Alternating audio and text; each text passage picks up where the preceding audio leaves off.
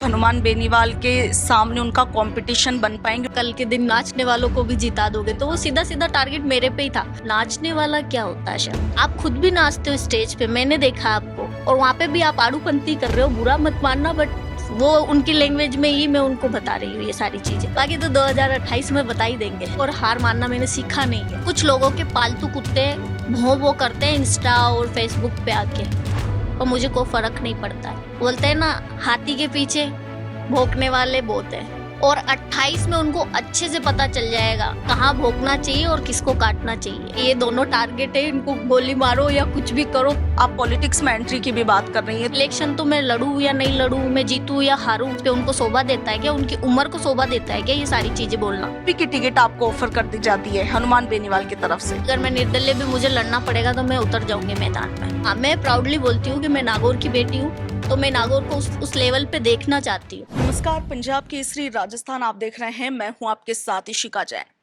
राजस्थान के नागौर जिले की राजनीति इन दिनों पूरे सियासत का केंद्र बनी हुई है, क्योंकि पिछले दिनों नागौर से आने वाले एक सांसद हनुमान बेनीवाल का एक बयान सोशल मीडिया पर वायरल हुआ, जिसके बाद उस पर प्रतिक्रियाएं टिप्पणियां शुरू हो गई। कुछ लोग समर्थन में भी तो कुछ लोग असमर्थन में भी, कुछ लोग विरोध में भी। हनुमान बेनीवाल द्वारा की गई टिप्पणी को लेकर गौरी नागौरी, जो कि फेमस डांसर है, राजस्थान की शकीरा भी जिन्हें कहा जाता है, उन्होंने भी कड़ी आपत्ति अपनी दर्ज करवाई थी। सोशल मीडिया के जरिए बयान भी जारी किया था। गौरी नागौरी आज हमारे साथ है। राजनीति पर भी चर्चा करेंगे, मगर उससे पहले बात हनुमान बेनीवाल के उस बयान की जिससे आप खासा नाराज हो।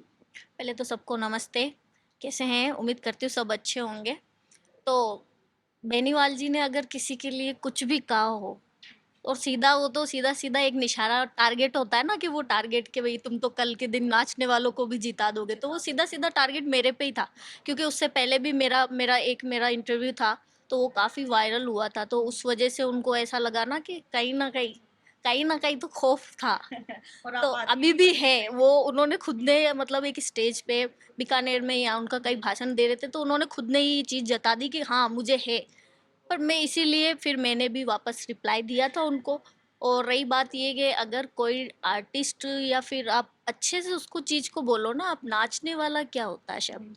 आप खुद भी नाचते हो स्टेज पे, मैंने देखा आपको, आपके एक दो वीडियो देखे हैं मैंने, आप डांस करते हुए दिखाई दे रहे हो उसमें, और वहां पे भी आप आड़ूपंती कर रहे हो, बुरा मत मानना, बट वो उनकी लैंग्वेज में ही मैं उनको बता रही हूँ ये सारी चीजें।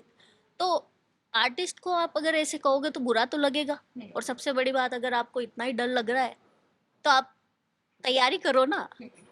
बाकी तो 2028 में बता ही देंगे। तो 2028 के लिए गौरी नागौरी तैयार है? पक्का, मैं पूरा मतलब, मैंने वो बोलते हैं ना, जो इरादा मैं कर लेती हूँ वो करके ही रहती हूँ, और हार मानना मैंने सीखा नहीं है। कुछ लोगों के पालतू कुत्ते भों वो करते हैं इंस्टा और फेसबुक पे आके, और मुझे कोई फर्क नहीं पड़ता है। बोलने दो। बोलते हैं ना, हाथी के पीछे भौंकने वाले बहुत हैं, और 28 में उनको अच्छे से पता चल जाएगा कहाँ भौंकना चाहिए और किसको काटना चाहिए। तो हनुमान बेनीवाल जी को मेरे से हार, चुनाव के जो हार का जो नतीजा होता है ना, उसका डर है। और 2028 में शायद वो लग रहा है उनको कि मैं आने वाली हूँ, इसलिए वो खौफ ज्यादा हो रहे हैं मुझसे। लेकिन आपको क्यों लगता है कि वो बयान आप ही के संदर्भ में था, क्योंकि आप नागौर जिले से आती, कि आप कंपटीशन साबित हो रही है उनके लिए? हाँ, मैं बोल तो रही हूँ, मेरा जो पहला इंटरव्यू था तो मैंने खुला चैलेंज दिया था उनको, अब भी दे रही हूँ। तो वही वाली बात है ना, कि उन्होंने सीधा सीधा मेरे पे ही, वो बोलते हैं ना, टारगेट में ही थी। उस वो जो भाषण था जिसमें उन्होंने बोला नाचने वाली, अगर कल के दिन मेरे सामने अगर कोई नाचने वाले खड़े होंगे तो तुम उनको भी जिता दोगे के? तो वो तो सीधी सी बात है, मैंने जो बयान दिया था उसी के पीछे उन्होंने ये सारी चीजें बोली थी। तो फिर मेरा रिप्लाई तो बनता ही है ना, मैंने दे दिया। या तो उनको मैं याद आती हूँ, या भजन लाल जी शर्मा याद आते हैं उनको, कि हाँ, कि ये दोनों टारगेट है, इनको गोली मारो या कुछ भी करो, कोई भी स्टेज हो, इनको खाली छोड़ना ही नहीं है। कुछ ना कुछ वो हमारे बारे में गलत बोलते ही बोलते हैं, और उनके तो मतलब हाथ धो के पीछे पड़े हुए हैं। अच्छा, आपको लगता है आप हनुमान बेनीवाल के सामने उनका कंपटीशन बन पाएंगे, उन्हें कड़ी टक्कर दे पाएंगे आप? देखो, वो भी युवा आए थे, मैं भी युवा हूँ। आज नहीं तो कल वो वाल बोलते हैं ना, हार जीत तो वो मैटर नहीं करता है। पर मेरे को एक वो बोलते हैं ना, उम्मीद है मेरे नागौर की जनता से, मुझे उम्मीद है कि हाँ वो मुझे मौका देगी। और मैं ये चाहती हूँ बस हमारा नागौर अच्छा हो जाए, मुझे और कुछ चाहिए ही नहीं। बाकी वो बोलते हैं ना कि सब कुछ है, हमें किसी चीज़ की ज़रूरत नहीं है।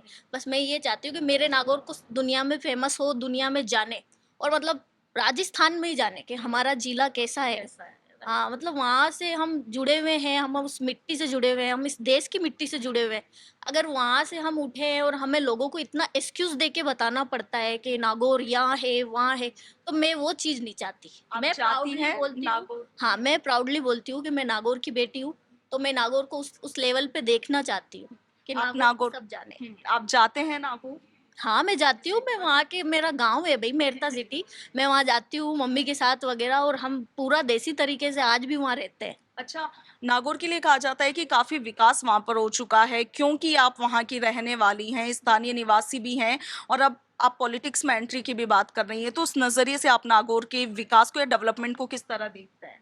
मैं देखती हूँ बिल्कुल ज़ीरो है।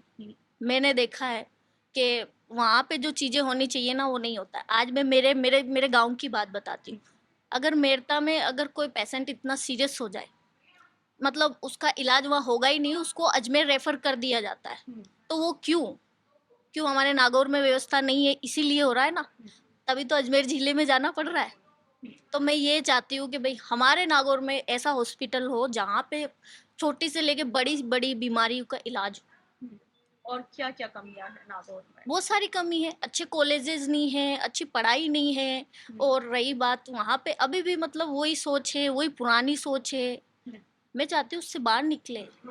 जैसे हम अच्छा। जयपुर को देखते हैं, आज जयपुर में हर टाइप के लोग हैं, हुँ। हर टाइप का मतलब है, और हर तरह से पढ़ाई भी हो रही है, बच्चे भी घूम रहे हैं, सब कुछ कर रहे हैं।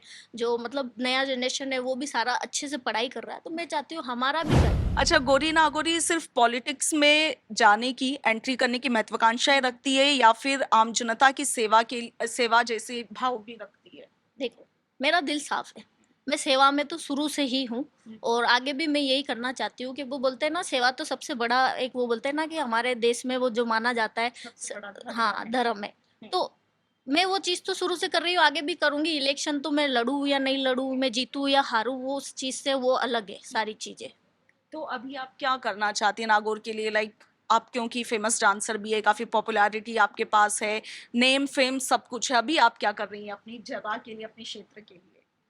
वो तो वक़्त आने पे मैं बता दूँगी क्या करने वाली हूँ। वैसे मैं बहुत कुछ करने वाली हूँ, और ख़ास तौर पे मैं महिलाओं का बहुत सपोर्ट करने वाली हूँ, क्योंकि मैं खुद महिला हूँ, और मैंने वहाँ से जो जर्नी मैंने की है वो बहुत मुश्किल रही है मेरे लिए। तो मैं नहीं चाहती कि बाकी वहाँ से अगर कोई बेटी कुछ भी करे, इंजीनियर बने, डॉक्टर बने या कुछ भी बने, डॉक्टर, टीचर जो भी बनना उसको है, तो वहाँ से वो उसके लिए ईज़ी हो सब, मैं वो चाहती हूँ। अच्छा, गौरी जब हनुमान बेनीवाल का वो बयान सोशल मीडिया पर वायरल हुआ, आपने उस पर अपनी टिप्पणी दी, अपना रिस्पॉन्स आपने उस पर दिया, काफ़ी सोशल मीडिया पर वायरल हुआ, कई लोग आपके फ़ेवर में भी आए, क्या कहेंगे इस पर?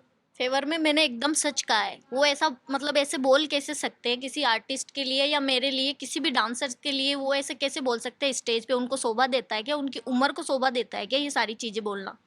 और रही बात, डांसर अगर सामने खड़ी हो गई ना, तो देख लेना नागौर की जनता पसीने छुड़वा देगी उनके। एक कॉन्फिडेंस है हाँ, आपका। बिल्कुल। क्यों भई, मैं भी बेटी हूँ नागौर की, मुझे भी मौका मिलना चाहिए।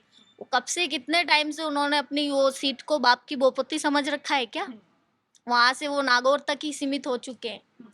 और वैसे भी इस बार लोकसभा में 12 सीटें बढ़ रही है। बढ़ रही है। हाँ, परिसीमन की बात चल रही है, उसमें नागौर सीट को भी एससी करने की बात चल रही है, तो उसपे क्या टेक है आपका? देख लो भारी पड़ सकता है बेनीवाल जी पे। तो मतलब आपके लिए बेनिफिशियल हो जाएगा अगर ऐसा होता है, तो परिसीमन होता है अगर नागौर सीट का डीडवाना कुचामन में, तो आपके लिए बेनिफिशियल होगा ये? हाँ, शायद कहीं ना। अच्छा 2028 की तैयारी का ज़िक्र आप बार-बार कर रही हैं, तैयारी आप कर रही हैं, चुनाव लड़ने को आप तैयार हैं, किस पार्टी के साथ जाना चाहती हैं? क्या क्या मन में इच्छा क्या है? मन की इच्छा तो बहुत सारी है, पर देखते हैं अब टिकट किससे मिलती है। पर वही है, वो बोलते हैं ना कि टिकट मुझे जिससे भी मिले वो मैटर नहीं करता है, पर अगर मैं निर्दलीय भी मुझे लड़ना पड़ेगा तो मैं उतर जाऊंगी मैदान में। निर्दलीय चुनाव हाँ, लड़ने अगर की मुझे आप टिकट नहीं मिलती है तो। हुँ। आपने पिछली बार जब 2023 में विधानसभा चुनाव हुए थे, आपने आम आदमी पार्टी के साथ आप गई थी, पार्टी आपने जॉइन करी थी। आगे क्या विचार हैं? नहीं, मैंने पार्टी ऐसे जॉइन परमानेंट ऐसी की ही नहीं थी। हुँ, एज़ ए स्टार प्रचारक उन्होंने मुझे बुलाया था, हुँ, तो मैंने, वो बोलते हैं ना कि सेवा में जब हम लगे हुए हैं, तो मैंने सेवा के हिसाब से कर दिया। ठीक है। और अगर ऐसा हो कि आज तो आप क्योंकि हनुमान बेनीवाल से अभी नाराज हैं, कल को आप दोनों के बीच में कुछ सहमति बन जाती है या आप लोगों का व्यवहार एक बार फिर से अच्छा हो जाता है और आरएलपी की टिकट आपको ऑफर कर दी जाती है हनुमान बेनीवाल की तरफ से, तब क्या? अभी तो ऐसा कुछ सोच ही नहीं रखा है और ना शायद आगे सोचने की नौबत आएगी। फेमस डांसर गौरी नागौरी को आपने सुना, हनुमान बेनीवाल के उस बयान को लेकर काफी ज्यादा नाराजगी उन्होंने अपनी जाहिर की है, व्यक्त की है। इसके साथ ही 2028 के चुनावों को लेकर सक्रिय भी नजर आ रही है। उनका कहना है कि 2028 के चुनावों में गौरी नागौरी चुनावी मैदान में उतरेगी, फिर यदि कोई पार्टी टिकट देती है तो ठीक है, वरना वो निर्दलीय भी चुनावी मैदान में उतरने को तैयार है। आपका क्या कुछ कहना है कमेंट सेक्शन में लिखिएगा। फिलहाल के लिए इतना ही। मैं आपके साथ इशिका जैन, वीडियो जर्नलिस्ट मोहित कुमार शर्मा के साथ, पंजाब केसरी, राजस्थान।